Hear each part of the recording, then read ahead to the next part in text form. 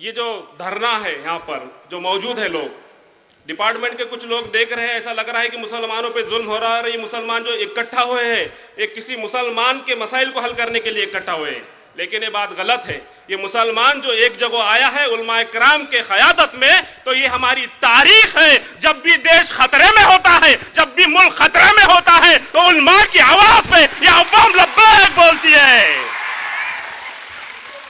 ये हमारा इत्तेहाद इस मुल्क को बचाने के लिए है, जमहूरियत को बचाने के लिए है, संविधान को बचाने के लिए है। मुसलमान मुसलमानों का रोना नहीं रोता। मजहब के नाम पर जुल्म और सितम हम नहीं करते।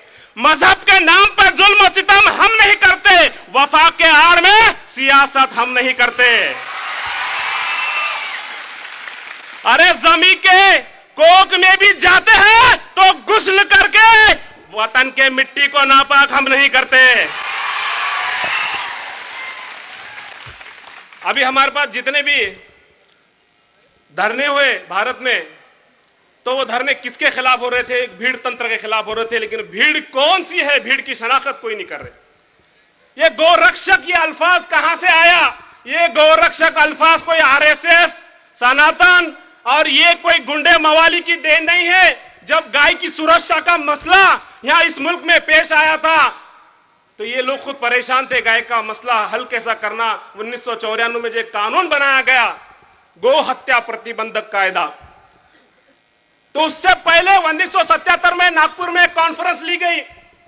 कॉन्फ्रेंस इसलिए ली गई थी कि गाय की सुरक्षा कैसी की जाए, हिफाजत कैसी की जाए, ये जो मुल्क का मसला है इसको हल कैसा किया जाए। इसका हल किसी के पास नहीं था उस वक्त। इसका हल अगर किसी ने दिया तो अलहाज मौलाना अब्दुल करीम पारेख साहब ने हल दिया था। ये गोरक्षक गुंडे जो लिखे, ये गोरक्षक आतंकवाद जो लिखे, उसमें से गोरक्ष निकाल डालो, ये आतंकवादी है, ये गुंडे है, ये मवाली है, ये नथुराम गोडसे की औलाद है। ये गोरक्षक नहीं है, ये गांधी जी के भक्षक है। ये बात को समझने की जरूरत है। जब मौलाना अब्दुल करीम पारेख साहब की बात आई, मैं उलमा की क़यादत में काम करने वाले हम लोग, हमारे सामने अगर कोई मसला पेश आता है तो उलमा हमारी रहनुमाई करते हैं। तो उस वक्त में 1977 में हमारी रहनुमाई कर दी गई थी। अफसोस कि हमने उलमाओं को छोड़ दिए और गैस तेल वाले, मटके वाले, जुए वाले हमारी क़यादत को लग गए। मौलाना अब्दुल करीम पारेख साहब ने बताए थे कि गाय का मसला मजहबी मसला नहीं है, हिंदू और मुसलमानों का मसला नहीं है। गाय की समस्या ये धार्मिक समस्या नहीं है, ये राजनीतिक और आर्थिक समस्या है। और कुछ दलालों ने, कमीनों ने, मक्कारों ने बहुत चालाकी से, बदमाशी से इस मसले का राजकीय फायदा यानी पॉलिटिकल फायदा लेने के लिए इसको हथियार बनाने वाला है। ये मौलाना अब्दुल करीम पारेख साहब ने बताए थे। भारत में मुसलमान अल्पसंख्यक है। ताज्जुब की बात है, वक्त कम है, मैं इतना बता दूं, 1999 में 14 नवंबर को 5 जन्य बोल के एक पत्रिका है आरएसएस की, उसमें एक टेंडर निकला था। टेंडर में ये लिखे वाला था कि 12,13,500 स्क्वायर मीटर गाय का चमड़ा होना। किसको? रक्षा मंत्रालय को। बात समझ में आ रही ना? रक्षा मंत्रालय, भारत इस मुल्क का रक्षा मंत्रालय राष्ट्रपति के नाम से टेंडर निकाला कि 12,13,500 स्क्वायर मीटर चमड़ा उनको होना कहते गाय का। 3 महीने में कौन कौन देते? डालो टेंडर। ये तो कमाल हो गई भाई। तुम ही बोलेंगे हमारी माता है, तुम ही मसला पेश करेंगे सुरक्षा का, और तुम ही बोलेंगे कि भाई टेंडर 3 महीने में दो, 3 महीने में गाय का चमड़ा ला के दो। और अभी अगर जो लोग इससे ताल्लुक रखते हैं उनको पता है कि एक गाय में ज्यादा से ज्यादा 2 मीटर, 2.25 मीटर स्क्वायर मीटर चमड़ा निकलता। अगर 12,13,500 स्क्वायर मीटर चमड़ा होना तो 48,450 गाय जुबा करना पड़ेगा, कुर्बानी करना पड़ेगा, बलि देना पड़ेगा, मारना पड़ेगा। तो ये रक्षा मंत्रालय की भरपाई होगी, उनको गाय का चमड़ा मिलेगा।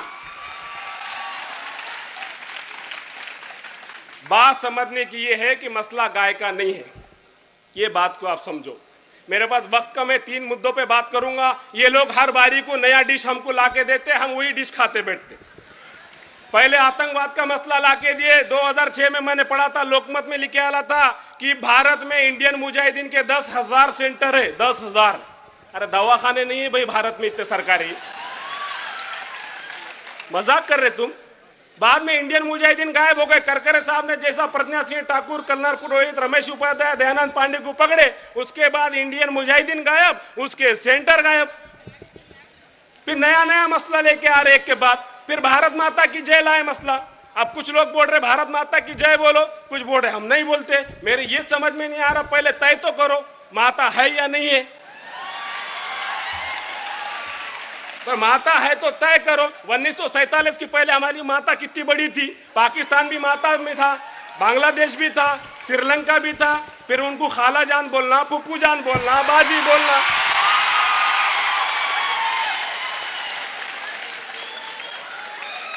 भाई माता बोलने का मसला कुछ भी नहीं है।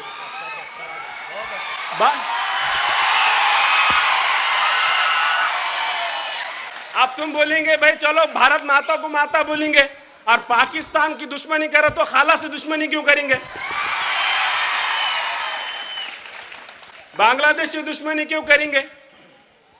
ये बात हमको बेवकूफ बनाने के लिए है। वो कोई माता पिता मानते नहीं है। अफसोस की बात यह है कि हम गौर और फिक्र नहीं कर रहे। हमने उलमाओं को छोड़ दिया और हम अपनी क़यादत शुरू कर दिए। ये गलत बात है। आपको समझने की ज़रूरत है कि इश्यूज़ क्या है, गौरक्षा कैसी करना। जैसा मौलाना करीम पारेख साहब ने बताया, मैं आपको बता दूंगा। अगर गौरक्षा करना है तो मुसलमान सब में पहले तुम्हारे साथ आएंगे। हम हमारा जान और माल लगाएंगे गाय की हिफाजत में। लेकिन पहले एक बात साबित करो, इस्लाम में शराब हराम है। कोई मुसलमान अगर शराब पिया तो सब उम्मत उसको बाइकआउट करती, उसको तनकीद करती, उसको बुराई से रोकती कि तू मुसलमान होके शराब कैसा पीता। बात सही है। अगर हिंदू मजहब में गाय पवित्र मानी जाती है तो मेरा इस मुल्क के सभी मेरे भारतीय हिंदू भाइयों से अदबन गुजारिश है कि ये मुसलमान भारत का आगे रहेगा। हम हमारे हिंदू भाई की इस्लाह करना चाहते हैं कि गाय की जब ज़बाह करने की बात आती, या गाय को मार के चमड़ा बेचने की बात आती, या गाय का बीफ एक्सपोर्ट करने की बात आती, तो फिर उस वक्त में अगर अपना भाई भी अगर वो बिजनेस में है तो उसको रोका जाए। तुम रोको, हम सामने आके बोलते। जब एक गाय के मसले के ऊपर मैं स्टडी किया तो मुझे देखने के बाद पता चला, बहुत अफसोस हुआ कि मुसलमान गाय का बिजनेस क्यों करते। सब में बड़े 4 जो बीफ एक्सपोर्ट कंपनीज है, उनका नाम क्या है? अल कबीर एक्सपोर्ट। मैं बोला ये कबीर भाई को क्या जरूरत है इंडिया में गाय का गोश्त काट के बाहर भेजने की? बाद में मालक जाके देखे कौन है अल कबीर के, तो अतुल सबरवाल, सतीश सबरवाल। अब हम हमारे भाइयों से पूछना चाह रहे, भाई हम कुछ भी नहीं खाते, रमजान में जैसा रोजा रहते, 12 महीने रोजा रहते, लेकिन पहले ये बोलो अतुल सबरवाल, सतीश सबरवाल गाय का गोश्त काट के एक्सपोर्ट कर रहे, गलत कर रहे, सही कर रहे? तो इसको बाइकआउट करो, मजहब में से बाइकआउट करो। अल अरेबियन एक्सपोर्ट, मैं बोला अरब के लोग यहाँ आके हमारे अंदर दंगे फसाद लगाने को धंधा कर रहे।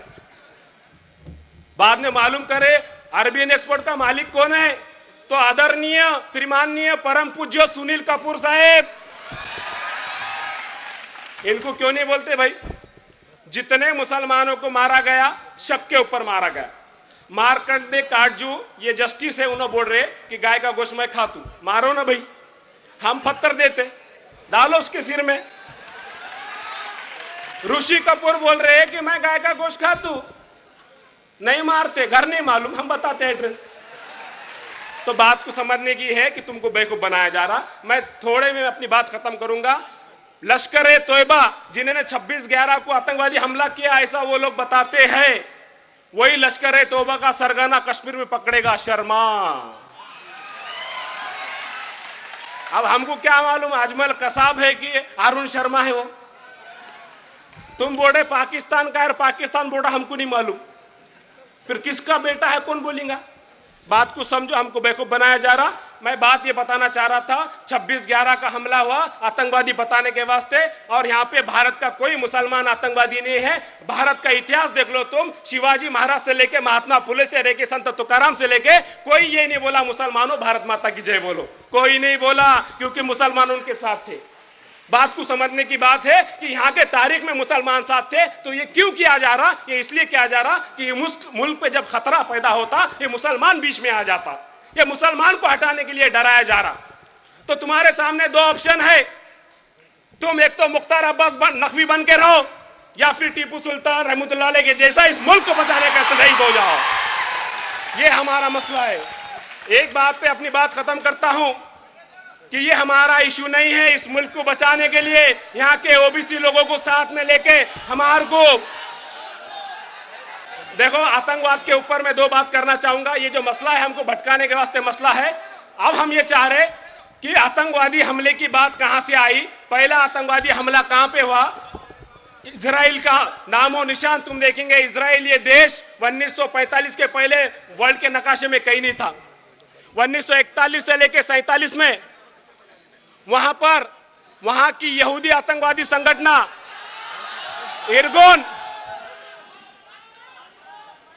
इरगुन ये संगठना, स्टेन गैंग ये संगठना, और ये संगठना जो थी वहां आतंकवादी हमले करते थी। उन्होंने 259 आतंकवादी हमले करे। सब में बड़ा आतंकवादी हमला था होटल किंग डेविड का, और वो आतंकवादी हमले का सरगना जो था मेनेचम बेगिन, ये था यहूदी।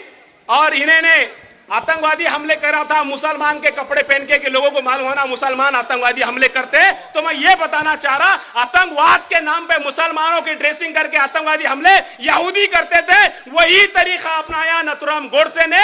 नेहरू शेरवानी पहन के, टोपी पहन के, हाथ में तस्बीर लेके गांधी जी को गोलियां मार दिए। लोगों ने देखना कि मुसलमान ने मारा। ये 1946 में वहां पे इजराइल में आतंकवादी हमला करते और यहाँ पे गांधी जी का कत्ल ऐसा करते। इसका मतलब मुसलमान आतंकवादी नहीं थे। ये बात को हमको समझना पड़ेगा। मुसलमानों को बहकाने के लिए ये चीज की जा रही, हम बहकने वाले नहीं है। ये मुसलमानों का इशू नहीं है, ये मुल्क का इशू है।